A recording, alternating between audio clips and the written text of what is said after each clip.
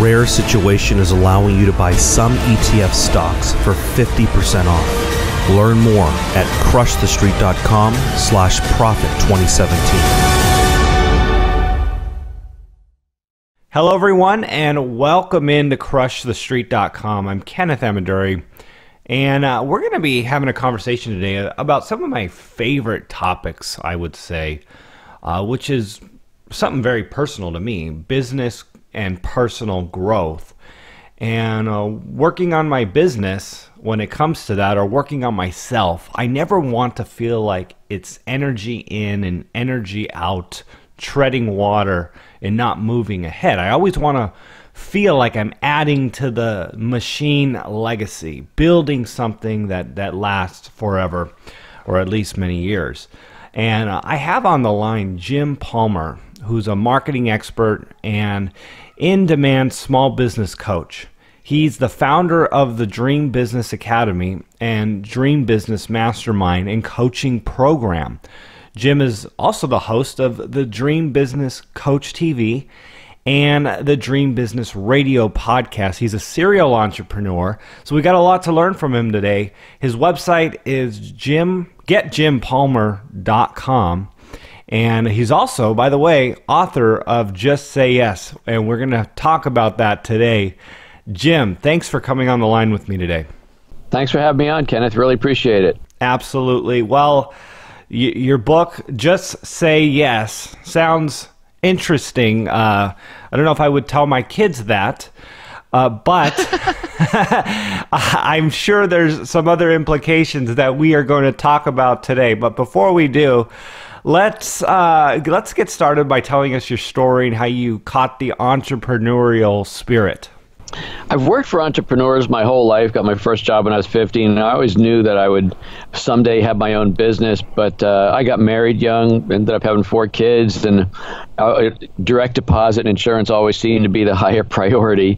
I was 41 years old. Kenneth, I was VP of marketing for a training company, and then my position was eliminated from the company. So unceremoniously, I was out of work, and I really thought, I got 4 teenagers at home. I'm not ready to start a business yet, so I'll just find my next gig. And 15 months later, I was still out of work. And just to add a little more stress to that situation, because that's pretty stressful when you're the main breadwinner, is 12 months into that, I was diagnosed with cancer. And wow. And then I did have a prospect for a job, and September 11th, 2001 took that away. So really at the end of September, I had what was probably, the lowest point in my life. And, looking back on it, while it was really not something I'd care to repeat, when you get to a really low point in your life, the only place you can go is up. And I decided, well, I have no money. I'm in debt. Why don't I start my business now? And so I started my first business in October 2001. Well, that is, I would say, a tough road, and you've done it, and obviously you're successful, and that's one of the things that I think is the big takeaway. And I'm curious, how does just saying yes relate to what you did and how it led to your success?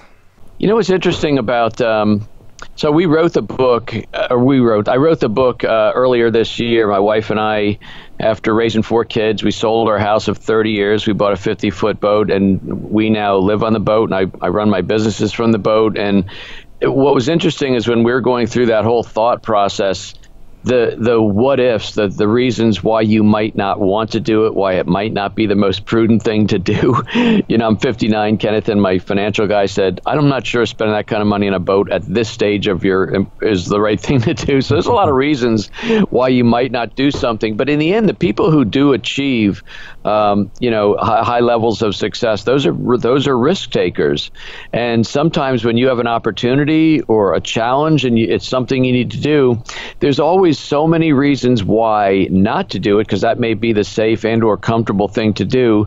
But sometimes you got to just say yes and go for it. And Stephanie and I, could we have taken an additional year to actually learn how to be a better boat captain or learn how to, navigate and do different things. Well, we could have, but we just jumped in. And I'm not saying we jumped in willy-nilly. We did take some courses.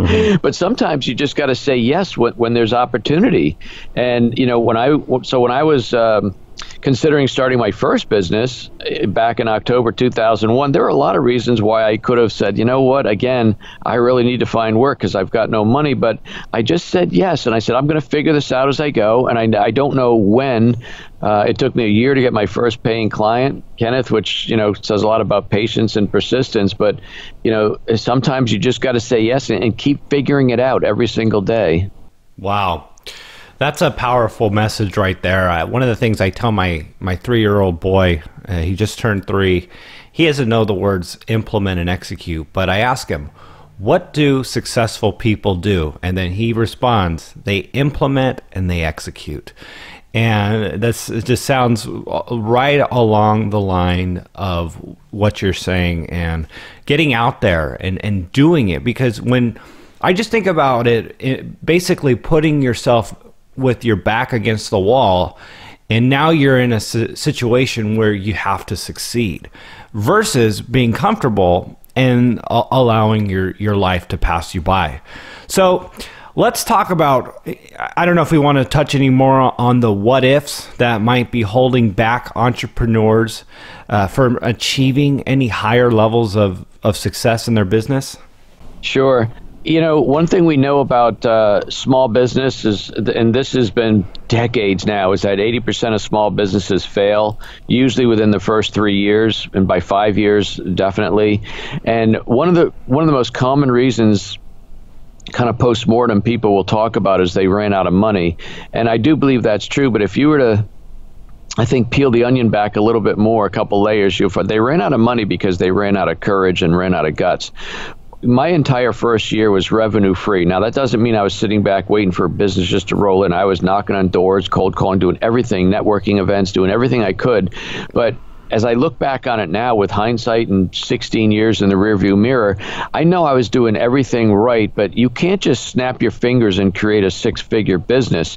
It is about developing relationships, and that doesn't happen overnight. So in my 12th month, I got my first client, and then I got client 2, 3, 4, and I kept going. And as I look back on it now, Kenneth, I was kind of like a farmer. You prepare the soil, you plant the seeds, you water the seeds, you nurture the ground, and eventually, you'll have a harvest. And that's what it's like. So a lot of people think that you can start a business today so easily. I mean, you don't need an office, you don't need staff. If you can do it with an old computer. You can get free business cards from Vistaprint, for heaven's sakes.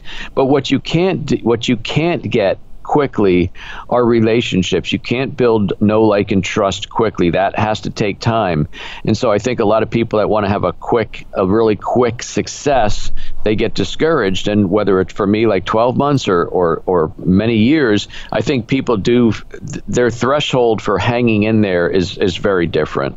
Well, what's interesting, and I don't know what your situation was during those times, is I had the luxury of being able to start my business when I was in college, living with my parents. Now, I didn't have any special advantage living with them, but I was investing, I was doing a bunch of stuff, but I had the comfort of really no major expenses. But I see how difficult it can be for some of my friends now who have young children, who have house payments, rent, mortgage, for them to step away from the comfort of really not a great paying job, but something that pays them something, to actually go and risk that is much harder for the average person than it is for me doing it at a young age and then having the good fortune for it to have taken off, where now I'm self-sustaining. So anyways, touch on that if you would. I couldn't imagine starting a business with young kids, first of all. There's a lot of talk about work-life balance and, family priorities, and I totally get that. I'm not dismissing that at all. But when somebody challenges me on work-life balance, this is what I say to them, because starting a business is not for the faint of heart. I mean, it is going to test you in ways that you can't even imagine. I used to call it bill paying Friday when, okay, here's how much money we owe, both, through household expenses and business. Here's how much money my wife was bringing in through her job, and here's how much money I needed to bring in. And guess what? There wasn't any. Then I needed to go tap a loan somewhere, and I'm talking about credit card at that point. But that is the kind of that is where your grit. I mean, you really find out what you're made of. But one of the things I say for people who say, yeah, I got kids, but I'm going to make every ball game or every dance recital. And I'll say, let me ask you this. Suppose you were, you're doing okay, but, you were nurturing this prospective client who was just going to be a game changer for your business. It's been 6 months in the making, back and forth, phone calls. And suddenly he calls you at 4 o'clock on a Thursday when you're getting ready to leave the office to go to that ball game. And he says, hey, Jim, my flight got delayed. I was actually, the reason I didn't even call you is I was just flying in, flying out, but my flight's delayed. I would love to have dinner if you're free, and we can talk about, maybe doing some work together. And I say, and I say to this person, what are you going to say then? I mean, are you going to go to the ball game, or are you going to, have this meeting, which could be a game changer? And I don't think there's necessarily a wrong answer. Somebody says, well, I'm going to go to my kid's ball game. That's fine. That's the decision you can make. But I'm telling you, if your number one priority is growing a business that can support your family and provide for retirement, weddings, college, things like that, then maybe taking that meeting would be the better. It's like there's no perfect answer when you're an entrepreneur. You see what I mean? Yeah. No, you're absolutely right, and what you're talking about is something that ultimately does trickle down to the family, and you alluded to that. Oh wow, what a what an interesting world being an entrepreneur. I know what you're talking about with the ups and downs and going through the struggles, the failure, and having to learn and experience new things, and it's not easy. But at the same time, one of the things I tell people now is, most people are afraid of having to or losing their job. I'm afraid of actually having to go out and get one at this point, because I've just gotten so accustomed to life as an entrepreneur. I mean, I like the freedom. I enjoy going out there and working the deals, working the business, educating, and that's my thing now. So okay, so let's talk about some more topics that you have in your book that you feel people would really benefit from and take away and really, get a better idea of who you are. So there's a chapter in the book. This is my 7th book, by the way. So my first 5 were very, I was talking about strategy, marketing, business growth. My 6th book was called Decide: The Ultimate Success Trigger.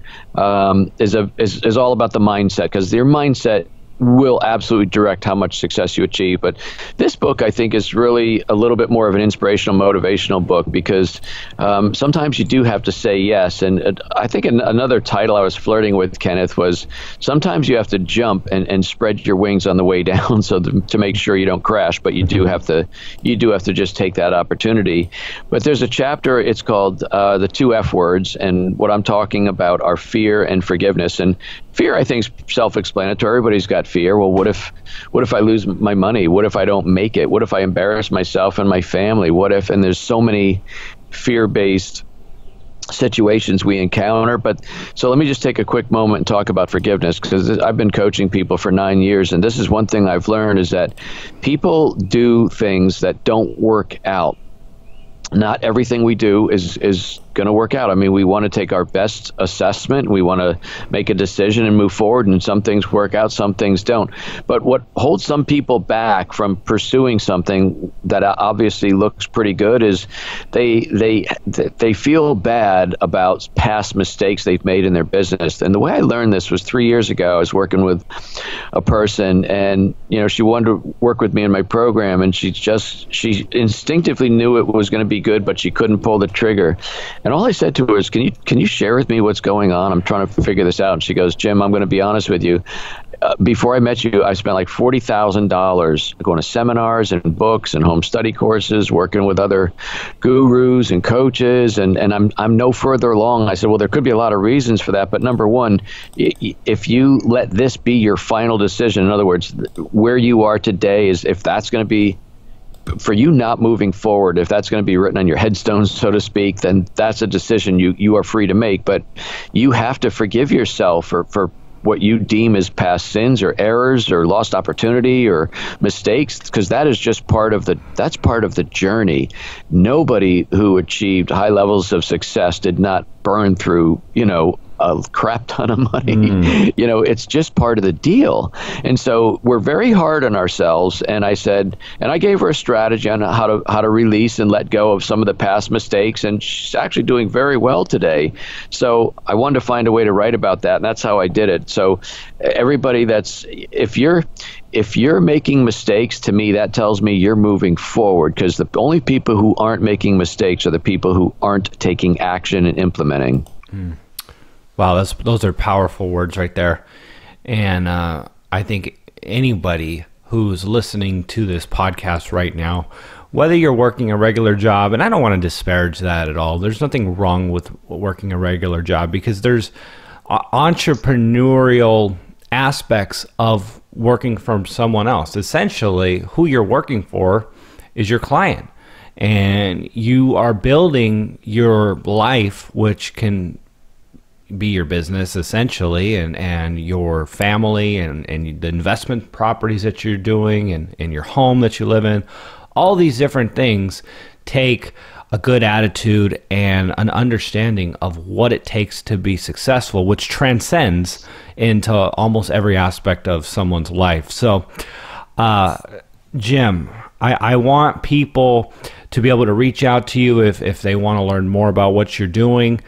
Please let them know. First of all, please share some closing thoughts for people who need some advice and how to approach, the next few months, and some changes that they might need to make in their life. And then, if you would, let people know where they can reach out to you. Sure. So, parting advice. Well, if you're an entrepreneur, I'll tell you this: you will always earn significantly more income for who you are compared to what you do. So it's really not about the deliverable. If you're an accountant, and you're just a math whiz, you're great with numbers, I bet you there's 10, 20, 50 other accountants within a stone's throw of your building or office or home or whatever that also are pretty good accountants. So just merely saying I'm a very, very good accountant is not a way to build a business. You have to create a brand. You have to create marketing that supports that brand, that lets you rise above all the other noise and chatter. And so it really is about the brand. Now, when you introduced me, Kenneth, you mentioned, I founded the Dream Business Mastermind Program, the Dream Business Academy, my Dream Business. So you can see I've created a brand, and so that helps me rise above some of the other people who do what I do. So it really is more about who you are than what you do. The other thing I would say, there is no shame in being an employee, and honestly, I do believe in it with all my heart that one of the best ways to significantly increase and improve your financial situation is to start a business, whether it's a small part-time business or something that you have control over. But before you do that, you obviously want to do research, make sure your product or service is needed, and then make sure you're really honest with yourself about what it takes to succeed. Because when you hear about highly successful people, they didn't just flip a light switch and become that, right? I would tell people, when you see somebody successful, you're seeing the finished product. Like if you see a very successful actor or a sports figure or a musician, like if you see a musician who's really made it, you don't see the years or decades that they spent playing in dive bars, eating soup out of a can, sleeping in their van, whatever it got you to that point where they finally broke through. And I think that's the journey that so many people have to go through, and not everybody will make it to the end because it can be just too hard for people. But if you're going to do that, just know that it's going to be a tough tough road, but as Kenneth said, and I'll second that, I could not imagine. I pray every day I never have to work for somebody again, because owning your own business and the freedom, for me, I'm 59 years old. I've been blessed with a lot of success. I work 3 days a week now. I run my business from my boat. I mean, I've at a place in my life where, but I went through a lot of crap to get there. So that's probably a much longer answer than you wanted, but that's my answer for that. My home, a great answer. And I appreciate it. My home base is getjimpalmer.com, www.getjimpalmer.com. My latest book, my 7th book, is called Just Say Yes, Create a Dream Business and Live Your Dream Lifestyle. We're giving away free copies of that book at justsayyesbook.com, justsayyesbook.com. We would just ask that you pay $6.95 to cover my staff's time to put an envelope and take it to the post office. We'll even mail it overseas for $6.95, so justsayyesbook.com. Good deal. All right, Jim. Well, hey, thanks for coming on the line with me today. You're a trailblazer, and I appreciate what you're doing out there for people. Thanks a lot, Kenneth. Have a good one.